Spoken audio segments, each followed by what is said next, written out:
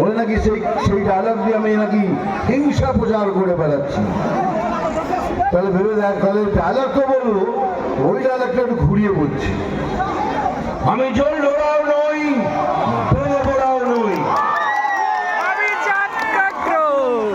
আমি সেই সাপ যে ছোট ছোট ইঁদুর খুঁজে বেড়াচ্ছি। ওটা তো বলতে হবে, মারবো এখানে বল। নতুন করে শোন, চিমটি কাটবো এখানে, আর লাল পিঁপড়ের ওপর জ্বলবে এখানে সেখানে সেখানে। নাম তুফান, বছরে এক আধবার আসি, এবার বারবার আসবো এই আমার এই ভাই বোনদের সাথে দেখা করতে।